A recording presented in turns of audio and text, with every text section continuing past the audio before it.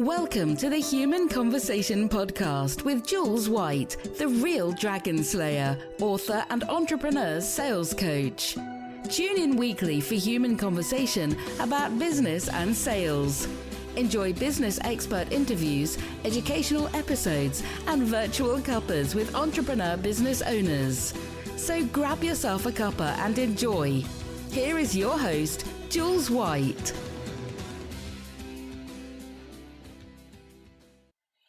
So welcome everybody to the Human Conversation.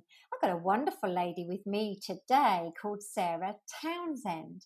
And Sarah is a marketing copywriter and author. Now the author bit's important. We are going to talk about that book. But Sarah, welcome to the Human Conversation. Thank you for having me, Jules. It's a pleasure to be here. It's really nice to meet you because it's actually the first time I've met you too. It is. Yeah, it absolutely is. We've exchanged a few messages on LinkedIn, haven't we? But we haven't actually chatted before now. So It's lovely. Which is always good because it's also nice if I've already met someone, but equally as nice because I know nothing about you. So this is a clean slate for all the listeners to find out what's and all about you. But actually what I want to do is I want to kind of start with finding out a bit about your career journey, really, Sarah. Okay. So when you left school, what happened next? Wow. Okay. So I left school after doing A-levels and never wanted to go to uni and was very keen to just get out into the real world and start earning money and getting a bit of independence because I was living at home with my family at the time. And so I worked as an admin assistant for a financial services company. And I did that for 3 years. Then met my ex-husband, who was living in Cheltenham, and I was working in Swindon at the time. So we decided really quickly we were going to move in together. And we bought our first flat. And I thought, I don't really want to commute to Swindon every day. I'll see if I can get a job for a company locally. So I applied to work at Eagle Star, which was another insurance company. Yes, I remember Worked there for a couple of years. And at some point during that journey, their marketing department relocated to Cheltenham from London. And I didn't really know much about marketing, but I just thought it sounded kind of cool and like something that I thought I could do. Apologies to all marketing graduates out there. And I applied for a job. Got the job, loved it, got trained so much. It was a time when, so it would have been very late 80s, early 90s, 91, thereabouts. And it was when businesses were really big on training their employees. So I'd get sent down to the Chartered Institute of Marketing in Cookham, if I remember rightly, and do all these courses about writing for print and this sort of thing. And I worked my way up to become a team leader within the marketing department. Had my own team that was nicknamed the Colour Pencils. And we were responsible for all the publications, both internal and external. So customer magazines, staff, newsletters, all this kind of thing. And at some point, the marketing department decided to make a third of its team redundant. And they asked if anybody wanted voluntary redundancy. And because it was early 90s, it was in the days where you could take a redundancy package and really kind of be quite well off on the back of it. Yeah. So I applied for voluntary redundancy. And in the meantime, I contacted the publishing company that were publishing my customer magazine in Bristol and said, look, I've applied for voluntary redundancy, any chance of a job? And they were like, yeah, we'd love to have you. Yeah, great. You can come and work with us as soon as you're ready. So I took voluntary redundancy from Eagle Star with an 11 grand payoff on the Friday and started work for the publishing company on the Monday. That's the way to do it, Sarah. Well, I think with hindsight, I think I might have taken at least a long weekend off. It wasn't my best ever decision. I think I could have taken a little bit of a break. Yeah. So I worked there for 3 years, became pregnant with my daughter, who's now 21. Oh, wow, Sarah. Yeah. So my business is the same age as my daughter, because basically I started as a freelancer when I was pregnant with Amy. Wow, I love this. 3. I already love this so much. I mean, my story is quite interesting in that I started my first business, which I took into Dragon's Den when Sam was 3 months old. So I'd had him. Wow. But again, it's this kind of like being pregnant or having a small baby, you know, it just doesn't stop us, does it? You know, No. we just Nothing crack on. stops me. Yeah, exactly. I can tell that already. I can tell that. So I love this. And, you know, for 21 years then you've had your own business. Yeah. You have seen so many changes, haven't you? How Absolutely. amazing is that? Yeah. I want to kind of talk about how those 21 years have changed. What are the key significant things that you've seen running your own business? Tell us about that, because I think that will bring us nicely into the book, actually. But tell us first your thoughts about that. Yeah, well, I have to say, I think the biggest change has to be probably quite obviously technical. Yeah. So when I first started, there was very little internet and there was certainly no social media at all. Same. So yeah. I was starting out not knowing the first thing about running a business. I didn't even consider myself to be running a business. I used to kind of downplay what I did by saying, oh, I'm just a freelancer. I think quite a few people out there do that. And it's something that I touch on in the book about why it's important to adopt the mindset of a business owner, etc. But I'm sure we'll come on to that. Yeah. So no social media. I'm a sociable person and I get a lot of my energy from being around other people. So going from being in the buzz of an office to suddenly being in my office at the top, in the attic floor of my home where I was living at the time, was quite a culture shock. So there were no Facebook groups, there was no LinkedIn. You could put your posts out and kind of say to other people in the same boat as you, look, I'm finding this really hard. You know, what do you guys do about knowing what to charge? Or how do you deal with the unpredictability of working for yourself, or whatever the issues are? And now, of course, we've got so many channels and ways to learn from people who've already been there and done that.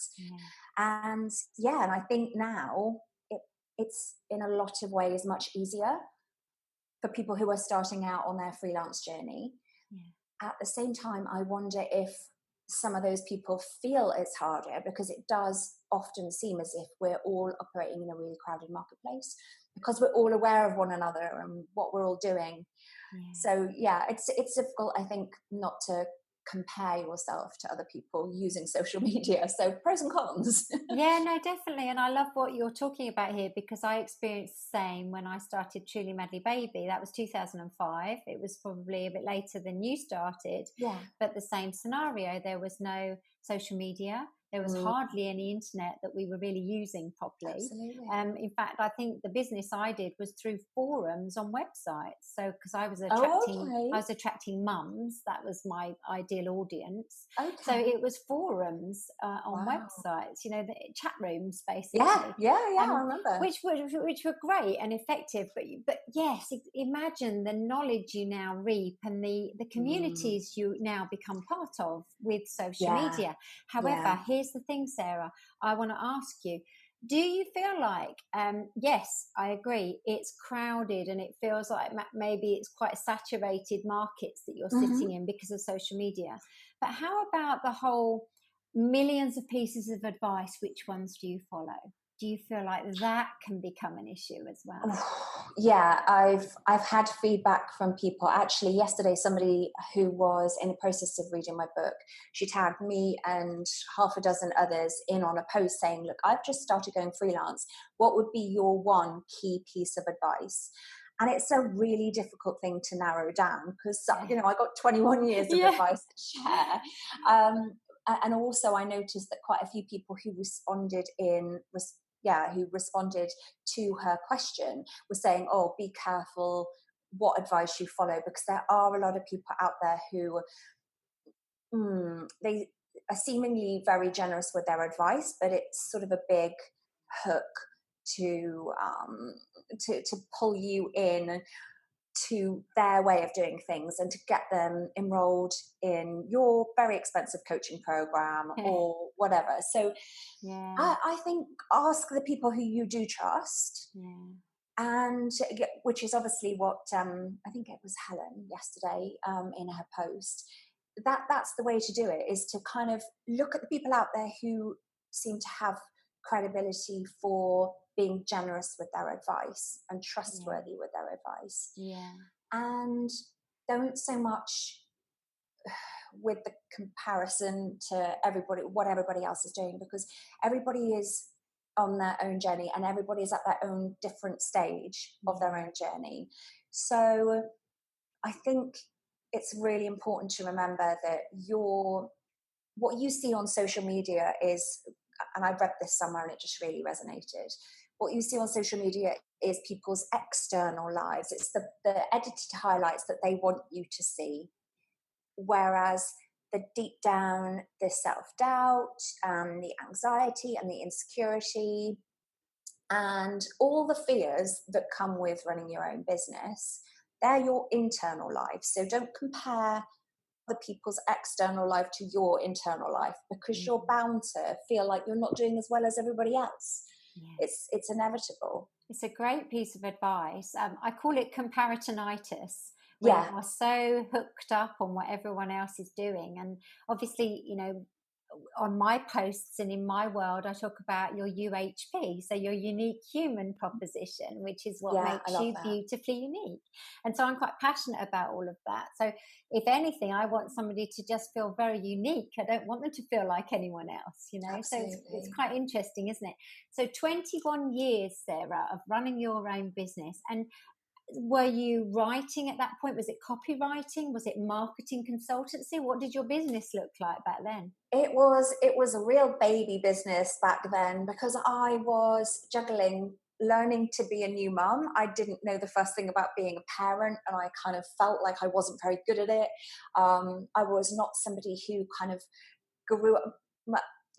A bit of like a little offshoot story, but my sister and I are very different. She's naturally very nurturing, she's just a great mum. She's just one of these people that is just born to be a mum. She's just fantastic. And she's never had a particular career. She's sort of flitted from job to job, and that's the way it works for her, and she's happy with that. Whereas I've always been kind of the black sheep of my family, and that I've just got this drive, and I don't know where it comes from. I never thought I was, you know, I never thought I was going to be any good as a mum. And as it turned out, I'm all right. Yeah, definitely. I've got 2 great kids who I'm really super proud of, and I've been a single mum for 13 of the past 21 years. So yeah, I guess when I first started, I didn't want to take on anything too challenging or too stretching, I suppose. So I predominantly started with doing proofreading for the business that I was working for before. They used to send me proofreading and editing jobs. And I didn't really put myself out there saying, oh, I'm doing copywriting, until probably a few years down the line, when I'd really developed the confidence and also the understanding to see that sometimes when clients came to you thinking they needed one thing, what they actually needed was something completely different.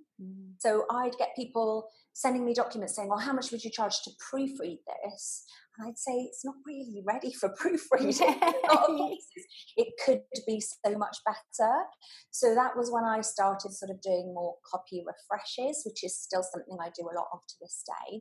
So yeah, I guess my baby business grew with my babies, because when they were teeny, so when my daughter went to nursery, I guess about 6 months old, she went 3 days a week, and I would work 3 short days while she was at nursery.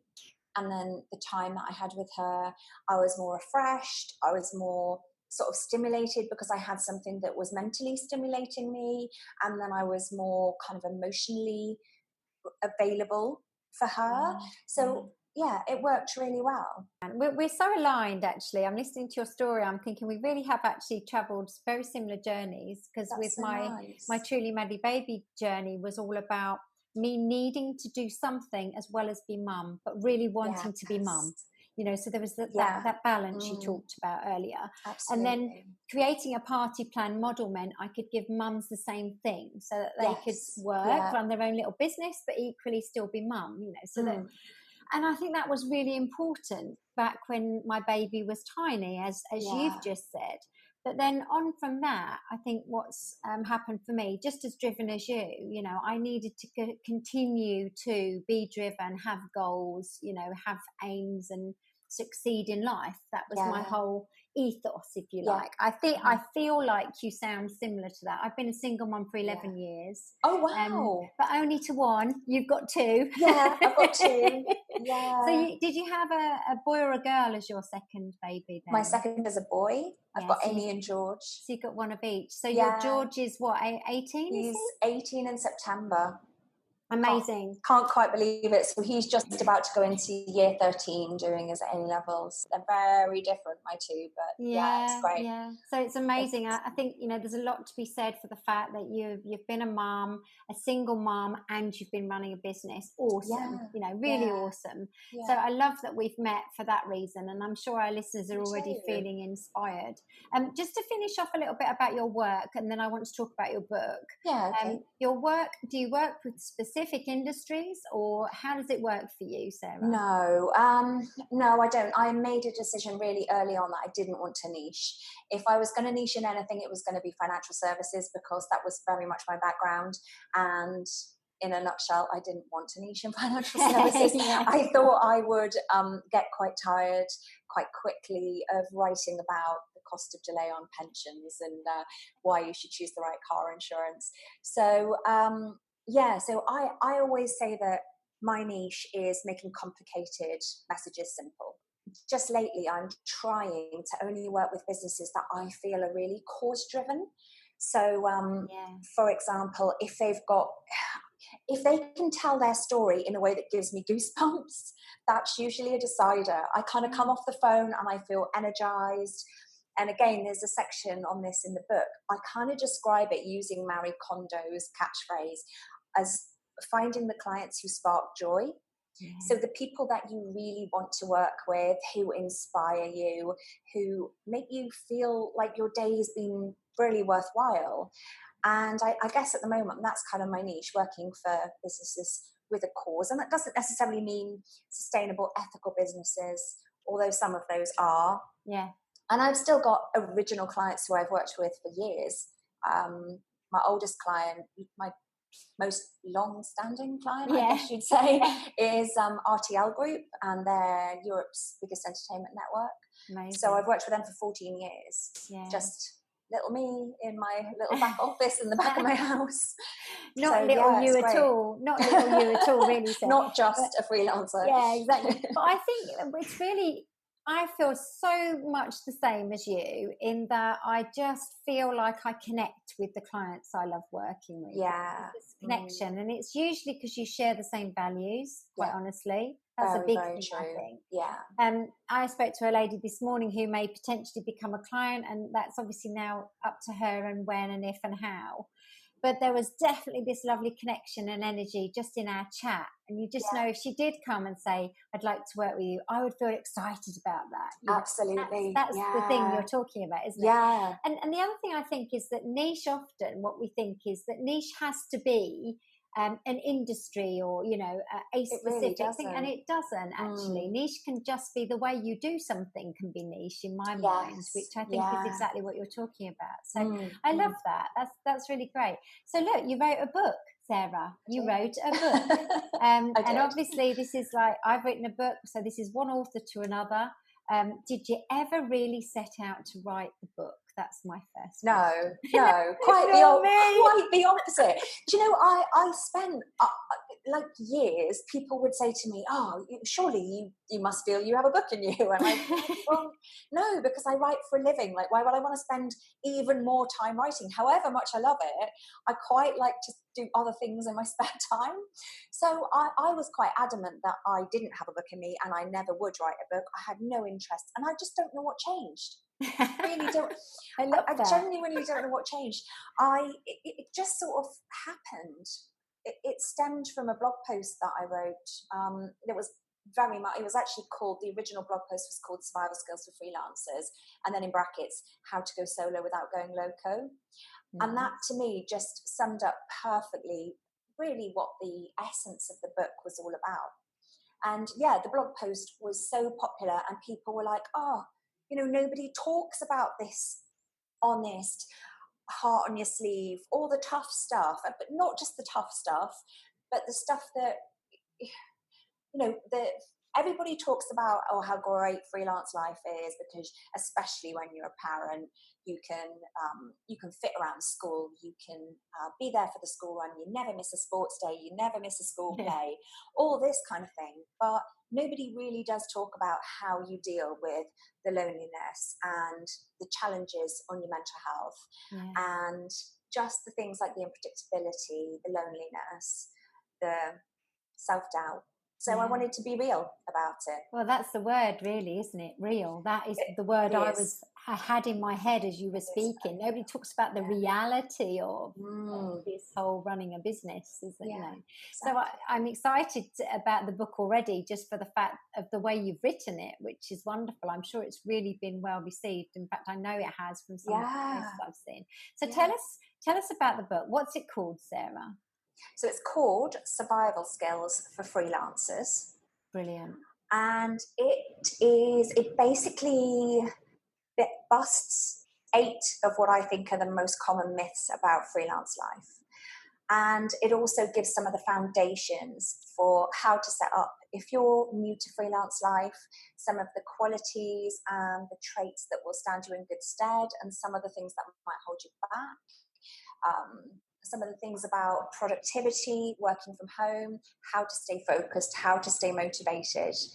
So when I set out to write it, I didn't have the intention of it being just for experienced freelancers or just for new freelancers.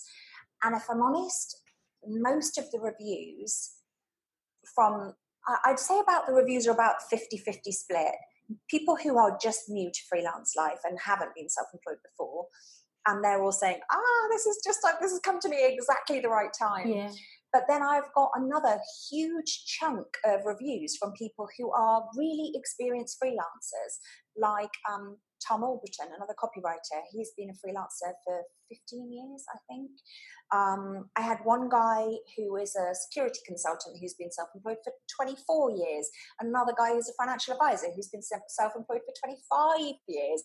And even those people are still saying they really thoroughly were entertained by the book, but they got stuff out of it that they hadn't thought of before. Yeah. So yeah, it's for freelancers old and new, wherever you are on the journey.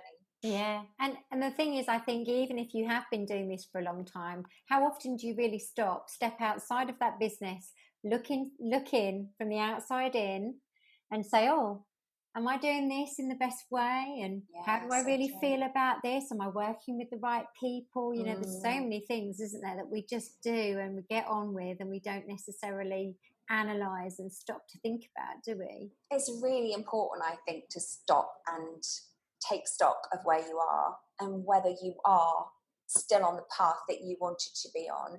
And I think another thing, particularly for experienced freelancers, is that you can never say, okay, I'm going to sit back now, I've got this. I know what I'm doing. You've got to keep learning, because if you don't, you can be damn sure that your competitors are. And I'm all for kind of collaboration, not competition. I totally agree with just connecting with and supporting and being there for and learning from the people in the same field as you. I'm all about that.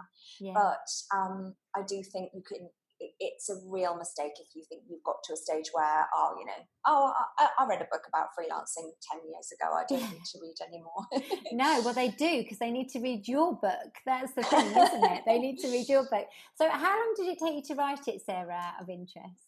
Yeah, that's a really good question. I've been asked that a couple of times, and I'm not sure I can really answer it, because I think I started writing it around about the end of last year, but because of the way my brain is wired, I am so ultra focused on what I'm working on at the time.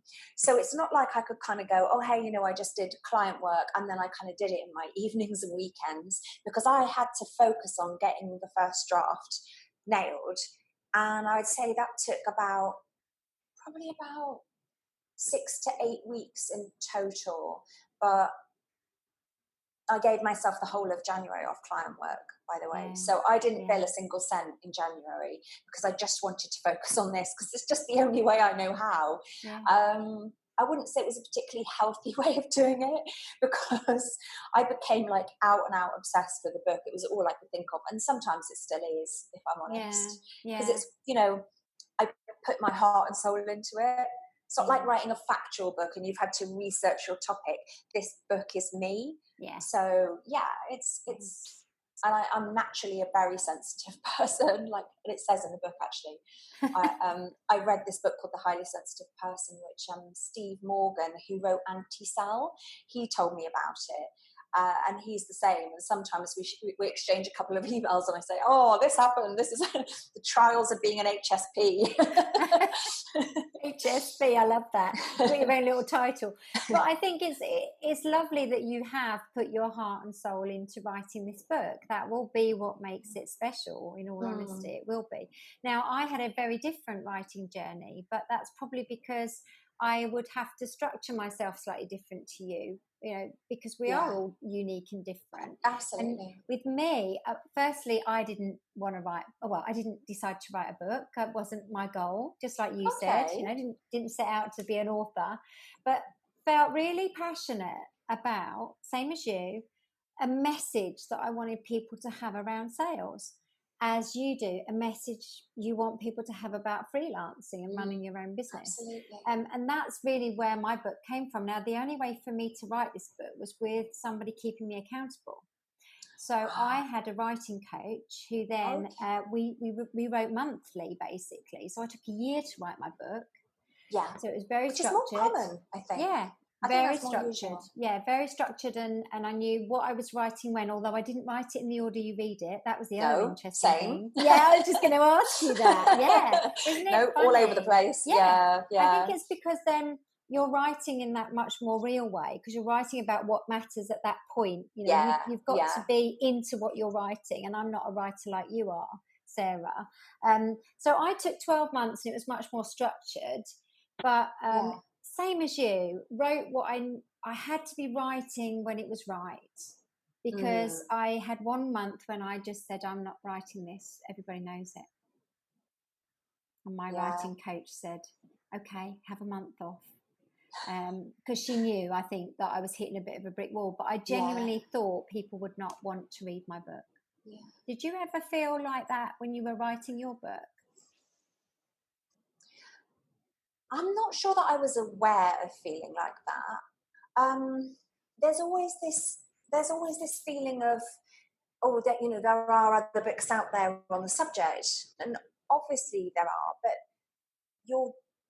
nobody else writes like me or you, and nobody else has been through the same journey, and nobody else is going to share my story in the way that I would do it. So I think I was buoyed up by the success of the blog post, because it was far and away my most popular blog that I'd ever shared. And I think that just gave me enough of an insight to really believe in what I was doing. So I think even 21 years down the line, I get horrendous self-doubt from time to time. And like I get whole days where I think, oh, you know, what am I doing? Why am I doing this? You know, even now. And I think people think, oh, when I've been doing it for a couple of years, I'll be fine, it'll go away. And I just genuinely don't think it does. No, it doesn't. I think the important thing to do is to get some strategies that work for you, but also to accept that those strategies won't even always work. You know, you're just going to get days where you're just going to feel floored by the self-doubt, imposter syndrome, and think everybody else has got this and you're floundering away and like frantically paddling under the water like a swan. A swan. But I think everybody goes through it, and I think it's just a big realization. Yeah. I kind of envy those people who say, I don't really believe in imposter syndrome. I'm kind of envious of those people. Yeah, I guess I'm envious, but I also not sure I quite believe them 100%, Sarah. Yeah, no. There's an element of that for sure. Yeah, but I think it's really good for everybody to hear when they see somebody who's very successful, who's written a wonderful book, and you are seen as this successful lady. I think it's great to hear that you have imposter syndrome and self-doubt sometimes. I think it's great because it's real, and I do too. Sure. Lots of people meet me and they can't quite believe, oh, you can't be lacking in confidence, you wouldn't be scared, would you? And I'm like, yeah, I would actually. Yeah, I definitely have those times. So I love that we've discussed that and opened that up to be something that's really real. So why will somebody want to buy your book, Sarah? Come on, tell me why I should buy your book. I guess the most pressing thing that springs to mind at the moment is a lot of people are in a position of looking where they are after the pandemic. Maybe they've been made redundant after the furlough scheme, or they're going to be made redundant after the furlough scheme comes to an end, or having that time working from home or not working from home if they've been furloughed has perhaps given them the confidence or the idea of dipping their toe into something new, but they haven't worked for themselves before, they haven't run a business, or they're just new to freelance life. I would say those are probably the kind of key target audience. They're the people who are really messaging me and saying, this has really made a difference to me. Like, I had one lady who bought a copy because she was recovering from cancer and she was helping her 21-year-old son set up a business as a wood turner. And she wanted a book that she could use with him as kind of a guide to work through the various stages of setting up a new business. And she messaged me and said, I've started reading it and I just wanted to say it's really different. I love the fact that I feel like I can hear you talking to me. It just feels like a conversation with a friend. And I'm really enjoying that. Just wanted to let you know. And then the following day, she messaged me and said, I finished the book. And she sent me a photo of the inside of the front cover. And she'd written a little inscription to her son saying, this book is your new best friend. You need to treasure it and it'll keep you safe on your journey. And I was so touched by that. And then she said she'd ordered another 5 copies. She ordered one to replace the book that she'd given to her son for herself. And then 3 more. That's 4. Maths not being my strong point. 4 more. 1 for her, and then 3 for her 2 stepdaughters and her niece, who were all doing jobs that they didn't particularly like and all dreamt of running their own businesses. And to get stories like that from people who are just starting out and they need that confidence and they can't afford a business coach or a mentor. A lot of people have said to me things like, it's like having a pocket business. That was Leif Kendall, the director of Pro Copywriters, said it's like having a pocket business coach. And someone else said it's like having your own personal business mentor. And then someone else said it's like having a comforting arm around your shoulder telling you everything's going to be okay. So it's all those, it's a very personal message. It's very real, as you've already said, but it's reassuring. So yeah, it kind of deals very much with the highs and lows, reassuring voice, friendly,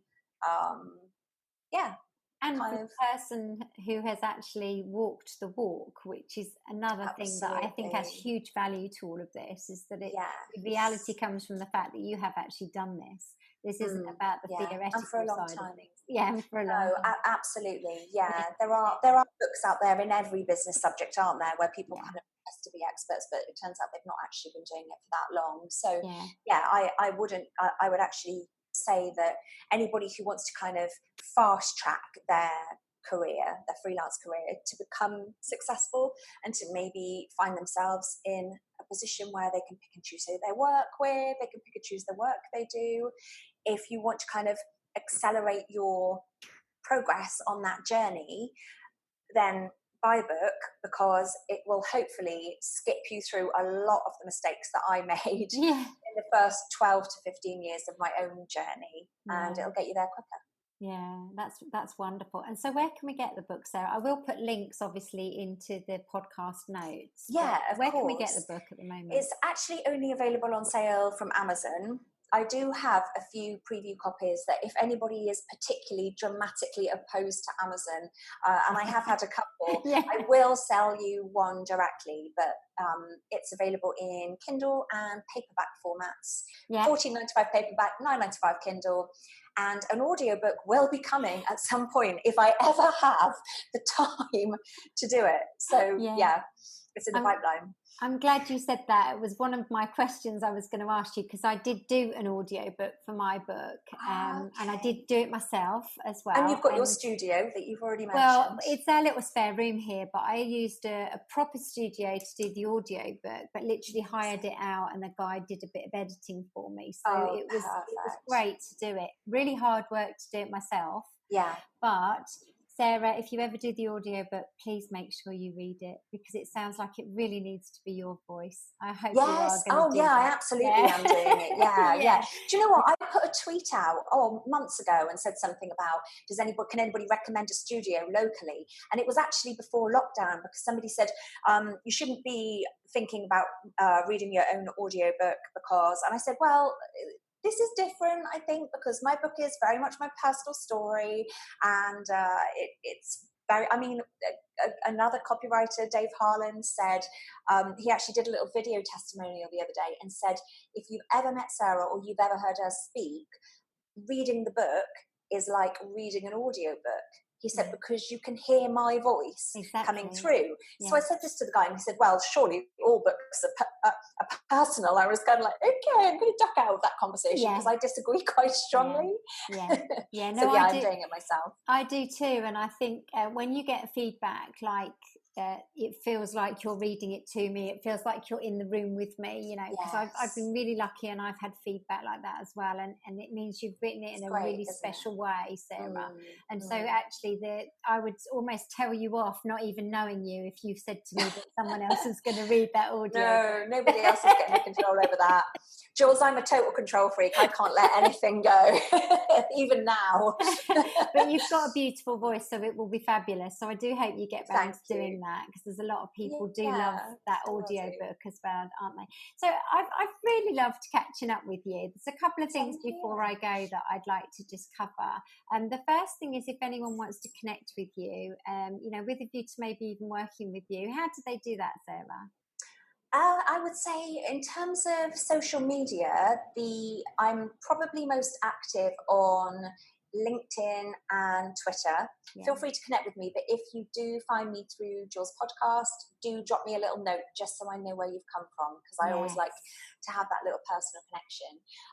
I'm also active on Twitter, where I am at S for Sarah, T for Townsend, E for editorial, copywriting, STE copywriting. And alternatively, you can get in touch using the book landing page, which is survivalskillsforfreelancers.com. And I'm sure, again, you'll share the link to that. Yeah. But all my contact details are on there, and that also links through to my copywriting website. Wonderful. And then finally, for our listeners, one last piece of advice, one last thing you want to leave them with, Sarah. Oh, wow. Okay. So I would say, when you're working for yourself, it's really, really important to just be yourself, be authentically you in business, because it doesn't necessarily follow that your clients will come to work with you because you're the best in your field. The chances are a big part of their decision-making factor is that click and that fit and that kind of secret sauce that is just uniquely you. So, I have to say, just be yourself, speak in your writing, using your own voice. Don't pretend to be something that you're not, because it'll soon trip you up if you try to do that. It's perfect, because it's everything I talk about, it's everything you talk about. And actually, we're experienced enough now down our sort of career paths to know that it works when you are yourself. It really does. So Sarah, thank you so much for joining me. I've loved our human conversation. So have I. It's been a pleasure. And hopefully we'll have a virtual cuppa again sometime where we're not recording. We can just chat and find out even more about each other. I'd love that. And for the listeners, I hope you've really enjoyed this episode. I know I have. And having never met Sarah before, how wonderful to find out about her journey, her ethos, her values, and the wonderful book she's written, which you must all go out and look for because it's going to be a wonderful read. Okay, so thanks for listening. We are on Apple Podcasts, Spotify, SoundCloud and Stitcher. And also this will be on YouTube, so you can see our beautiful faces. And please do like and subscribe wherever you've listened. And we hope to see you again next time on The Human Conversation. Ta-ta for now. You've just been listening to the Human Conversation podcast with Jules White. To find out more about the other work that Jules does, please visit her website www.liveitloveitsellit.co.uk. And if you enjoyed the podcast, then please do leave a rating and review on the platform you use to enjoy her show. Thanks for listening and see you next time.